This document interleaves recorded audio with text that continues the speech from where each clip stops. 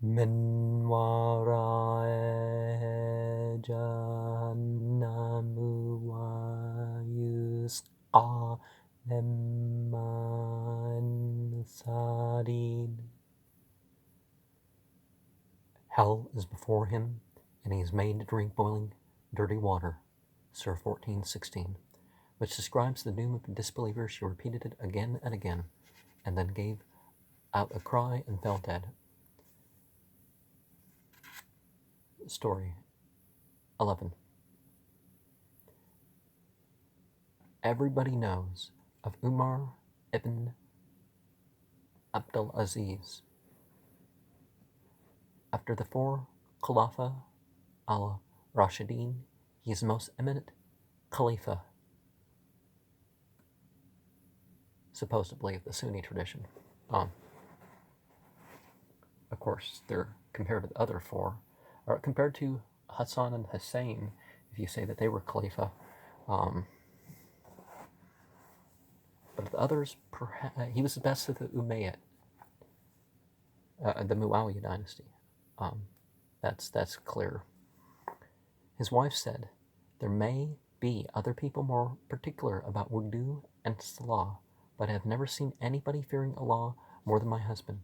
After his daily Isha, he would sit in a place reserved for his salah and raise his hands in dua, and kept crying before Allah till sleep overpowered him. Whenever he awoke during the night, he would again start praying and crying before Allah. It is said that since his becoming Khalifa, he never shared the bed with his wife. His wife was the daughter of the great king, Abd al-Malik. Her father had given her much jewelry and dowry, which included a marvelous diamond. He said to his wife, "Either part with all your jewelry for the sake of Allah so that I may deposit it in Beit al-Mal, or be separated from me. I would not like to live in a house where there is so much wealth."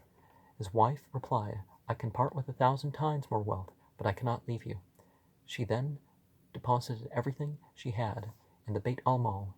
After the death of Umar ibn Abdulaziz, when Yazid, son of Abdul Malik, succeeded him as Khalifa, he said to his sister, "If you like, you may have your jewelry back from the Beit al-Mal." She replied, "How can the wealth I've discarded during my husband's lifetime please me after his death?" Well, the thing is, the Beit al-Mal is the state fund, or the charity, or something. Either one is, completely untouchable. Umar, to take it back would be theft.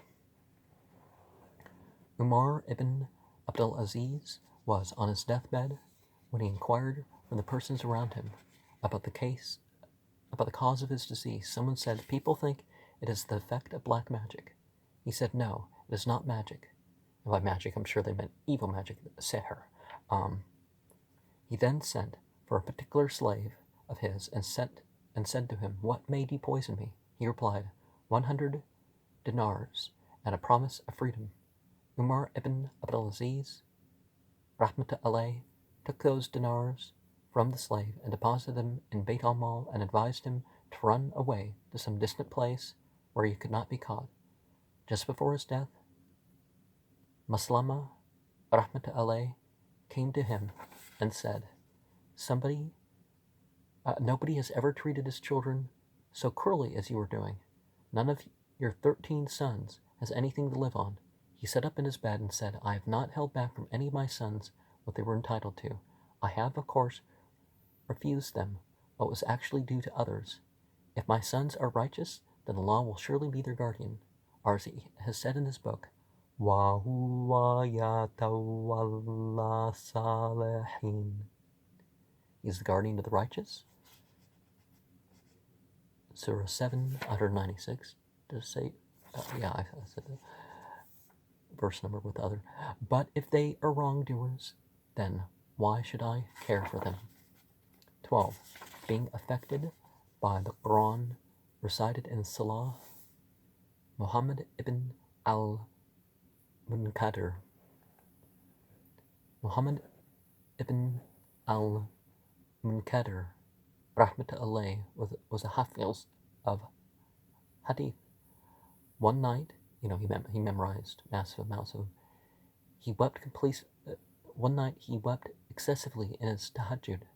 When somebody inquired about it, he said, during the qira'ah, I came across the following words of the Quran. وَبَدَلَهُمْ سَيِّئَاتُ مَا كَسَبُوا وَحَاقَ بِهِم مَا كَانُوا بِهِ يَسْتَهْزِئُونَ. And the evils that they earned will confront them, and they will be surrounded by what they used to scoff at.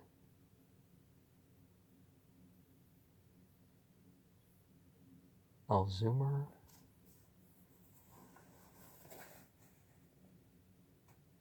Is that 39? It's A at 48. He was very anxious and worried about the time of his death, and said that the same words of the Quran were in front of his eyes. 13. Thabit al-Bunani's wish. Thabit al-Bunani, rahmat alayh, is another hafiz of hadith. He used to cry a great deal while supplicating to Allah. Someone warned him that he would lose his eyesight if he did not stop weeping like that. He replied to him, what use are these eyes if they do not weep before Allah? He used to ask in prayer, O Allah, permit me to offer my salah in my grave if you ever grant this privilege to any of thy slaves. Abu Sinan rahmat alayh narrates, by Allah, I was among those present at the burial of Thabit al-Bunani, just after he had been placed in his grave. One of the bricks from the side fell off. I peeped into the pit to find, to my great amazement, that Thabit was offering his salah. I said to a person standing by my side, look, what is that? He advised me to keep quiet. After the burial, we went to his daughter and inquired from her, what was the special practice of your father? She wanted to know what made us put that question. We related to her the incident at the grave. She said, he has been constant in tahajjud for 50 years and prayed every morning before Allah allowed him to offer salah in the grave, if that privilege could be granted to anybody. 14. The salah of some eminent scholars. Before finishing this chapter, I give below the pursuits as regards to salah of some of our eminent Muslim ancestors. 1. Imam Ahmad ibn Hanbal, rahmat alayh, is the famous Imam of one of the four schools of Muslim jurisprudence, besides being engaged, of Sunni jurisprudence. Besides being engaged in his usual work, he used to offer daily 300 raka'at of nafil salah. After he was whipped by the king for refusal to submit to the royal order, he became very weak and reduced his routine nafil salah to 150 raka'ah. One should not forget that he was 80 at that time, which could, if he put him to a couple minutes apiece or a minute apiece, that could be why, is that he couldn't stand this long. Imam al-Shafi'i, rahmat alayh, at one time, another eminent Imam of Muslim jurisprudence, used to finish reciting the Quran 60 times in his salah during Ramadan. A person narrates, I remained with Imam al-Shafi'i for several days and found him sleeping only while at night. Imam Abu Hanifa, rahmat alayh, is famous for his nightly prayers. It is said that for 30, 40, or 50 years, according to the information of different narrators, he offered his Fajr prayer with the wudu of Isha. He would go to sleep only for a few minutes in the afternoon, saying, it is sunnah to sleep in the afternoon and in the middle of the night, even in Ramadan. It is said about Sa'id ibn al-Musayyab, rahmat alayh, that for 50 years he offered his Fajr salah with the wudu performed at Isha. Abu al-Mu'tamar is said to have done this for 40 years. Imam al-Ghazali, rahmatullahi, on the authority of Abu Talib al-Makki, reported the same practice by no less than 40 tabi'in, some of whom have been doing it for 40 years continuously. Muhammad ibn Nasr, rahmatullahi, is a famous muhaddith. His devotion to Salah had no parallel. Once while in Salah, he was stung on his forehead by a wasp, and although blood came out, neither did he stir nor did he allow it to disturb his devotion in Salah. It is said in Salah, he stood motionless like a stick planted to the ground. It is reported about Bhakti ibn al-Muqallad, rahmatullahi, that he used to recite the complete Quran every night in 13 raka'ah of tahajjud and witr. Hanad, rahmatullahi, is a muhaddith. One of his pupils narrates, Hanad used to weep very much. One day after he'd finished our lesson in the morning, he continued to offer nafil salah until midday. He went to his place for a short interval and then returned for Dhuhr. He again engaged himself in nafil salah till Asr. Between Asr and Maghrib he recited the Quran. I left him after Maghrib and I said to one of his neighbors, our sheikh prays so much, it's really wonderful. He said, he's been doing this for the last 70 years. You will wonder still more if you see his prayers during the night. 8. Masruq, rahmatullahi, is another muhaddith. His wife narrates, he used to offer such long rak'ah that his legs would get swollen, and I sat behind, weeping in pity for him.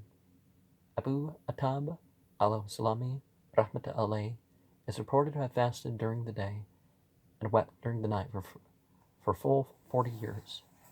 It is said about a Sayyid that continuously for 12 days he offered his salah with the same wudu. For 15 years his back had not touched the bed. He would also go without food for days together. Besides the above, there are numerous records of the pious acts of the heroes of Islamic history. It is difficult to cover all of them in this book. All that has been said here is sufficient to serve as examples. May Allah, through His rahmah, grant me and the readers of this book the strength to follow in the footsteps of these blessed people. Ameen.